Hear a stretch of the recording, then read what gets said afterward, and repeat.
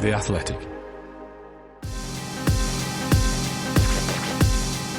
G'day there and welcome along to the Race F1 briefing for Saturday the 9th of March 2024, brought to you by Grid Rival. I'm James Baldwin and you're listening to the podcast that brings you up to speed on the day's big F1 headlines in 15 minutes or less.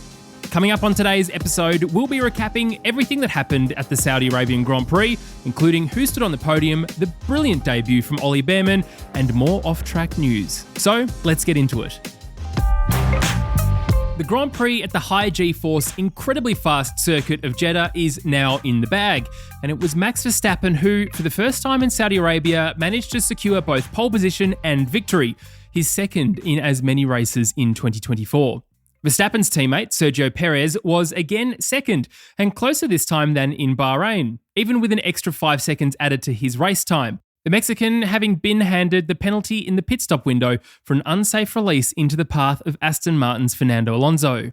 Just as in qualifying, Charles Leclerc tried valiantly to take the fight to Red Bull, but in the end, the Ferrari driver had to settle for a comfortable third and the final spot on the podium. Fourth, fifth and sixth went to McLaren's Oscar Piastri, the aforementioned Fernando Alonso, and Mercedes' George Russell, but none of them caught the eye quite like Ferrari's rookie racer, Ollie Bearman, who drove with maturity beyond his years to take a fantastic 7th place in his first ever race, ahead of both Lando Norris and Lewis Hamilton.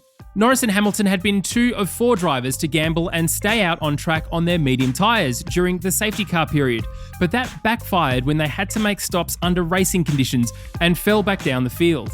The top 10 was completed by Nico Hülkenberg, though we'll give you the full story of how he came to score Haas's first point of the season a little later on. So just as in qualifying, the big story of the day was Ollie Bearman, whose measured drive also earned him Driver of the Day plaudits from fans watching around the world. Watched on by Carlos Sainz, the man he was replacing, who came straight from having his appendix removed in hospital, Bearman started 11th on the soft tyres, in contrast to everyone around him on the mediums. He pulled decisive early moves on Yuki Tsunoda's RB at the safety car restart and Zhou Guanyu's Sauber, who was artificially high up on account of not pitting under the safety car. And he eventually managed to overtake Nico Hülkenberg's Haas too. Once into clean air in the middle of the race, Bearman showed he could match the pace of the cars ahead, except for the Red Bulls, and also managed to comfortably hold off the charging Norris and Hamilton at the end.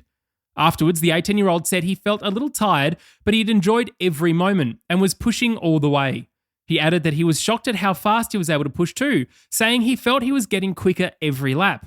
There were nerves, he said, towards the end of the race when he had Lando Norris and Lewis Hamilton out of sequence with the rest of the field and on the quicker soft tyres bearing down on him, but he felt he managed his race really well. The race's Scott Mitchell-Malm's assessment of the young Briton was that of an outstanding performance. Scott added that although not smooth the entire race, he's 18, just starting his second F2 season and has been thrown into a Ferrari mid-weekend. Nothing he did screwed his race. The tyre management and the pace improvement through that long second stint was absolutely game-changing for him. Scott surmised that the final result was more than could possibly have been expected of him. And that view was shared by Bearman's teammate, Charles Leclerc, who said after the race that Bearman completely deserved such a good result, noting he'd done an incredible job to be straight on the pace. Charles added that 7th in your first race in F1 having only done FP3 is extremely impressive, and that it's only a matter of time before he ends up in F1 for good. The Race F1 briefing.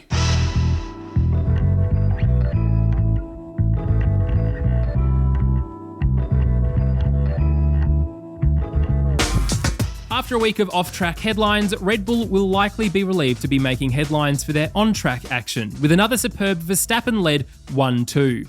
Max said it was a fantastic weekend for himself and the team as they pulled further clear in both the drivers' and constructors' standings. Teammate Sergio Perez said that the early safety car, more on that in a moment, had compromised his race, but that he was happy with his drive in Saudi Arabia. Asked whether he can challenge Verstappen for the title in 2024, Perez said that that was his target, but did say that Max is driving at a super high level and maximising every session. Under Fire team boss Christian Horner commented that the most pleasing thing about this result is the way the team is operating at such a high level, emphasising that they have been able to carry that over from last year, with the car being an aggressive but so far successful evolution. When asked if there was a battle about who controls the race team at the ownership level, Horner immediately replied, "No. A lot is made of this stuff. We are one team comprised across the different entities, with everyone having a role to play from the bottom to the top." Unfortunately, there's been a lot of speculation this weekend, but we're focused on track. It subtracts from Max's 100th career podium, but with these headlines not disappearing quickly, I'm sure the team and Horner alike will be glad for a week off before heading to Melbourne. We'll take a brief pause for a moment to give our regular shout out to Grid Rival. Grid Rival is the original app for fantasy motorsports leagues and is the only platform built by race fans for race fans. Throughout the 2024 F1 season, the race is partnering with Grid Rival to bring you our very own fantasy league, with a prize pot of $5,000 up for grabs and numerous other prizes to be won along the way at individual races.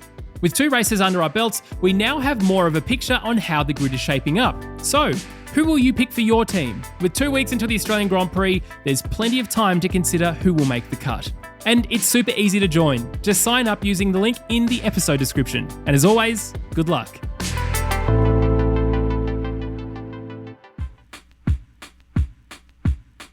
After no retirements in the opening race of the season, we saw 2 in Jeddah. Pierre Gasly hadn't even made it around the formation lap when he reported gearbox issues, and soon after the race had started, he was instructed by his Alpine team to retire the car.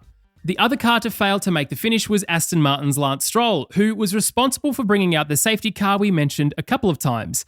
On lap 6 of the 50-lap race, the Canadian misjudged the apex at turn 22 and clipped the inside wall, breaking his left front suspension and pitching him into the barriers.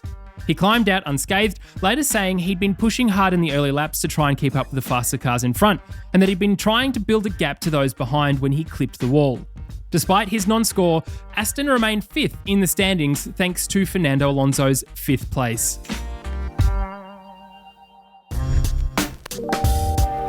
Stroll's crash left the door open to one of the Tier 3 2024 cars to score a point, and as we mentioned earlier, that point went to Nico Hülkenberg's Haas, though only after a big helping hand from teammate Kevin Magnussen. Hülkenberg was one of 4 drivers not to stop for tyres under the safety car, but he was able to make a pit stop under racing conditions late on and hold on to his position thanks to Magnussen sacrificing his own race to be a roadblock to the rest of the midfield. Magnussen was twice penalised 10 seconds for veering into Alex Albon's Williams while defending position and then leaving the circuit when passing Tsunoda's RB. But this being a comfortable one-stop race allowed him to delay the pain of those penalties until the checkered flag. Magnussen's controversial driving and Haas's tactics will have irritated their rivals, but those tactics worked to perfection in securing Haas its first World Championship point of the season. Off track now, and once again, there was more news to emerge from Red Bull. As I mentioned yesterday, Helmut Marko's future in Formula One with the team was seemingly in question, which led to emphatic vocal support from Max Verstappen that the Austrian must be retained. It's well known that Marko talks freely on and off the record to various people in F1, including the media, often to Red Bull's irritation, given he is not considered by Red Bull to be an official spokesperson despite his status in the organisation. An attempt to muzzle the long-time special advisor or even possibly suspend him, as he claimed on Friday, seemed to leave Marko weighing up whether it was worth continuing with Red Bull, assuming he was not forced out anyway. On race day in Jeddah, Marko had talks with Red Bull executive Oliver Mintzlaff. This ended with Marko declaring to Sky Germany that they had a very good conversation and that he will be continuing in his role. But Marko also insisted calm must be restored to the team, and that right now is not guaranteed.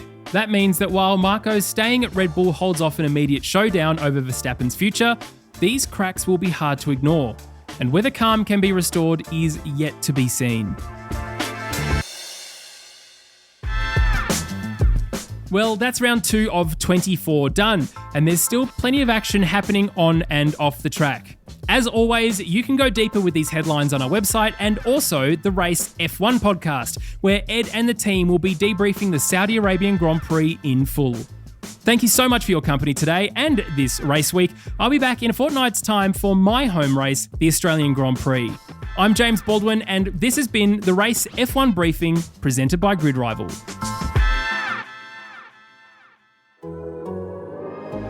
The Athletic.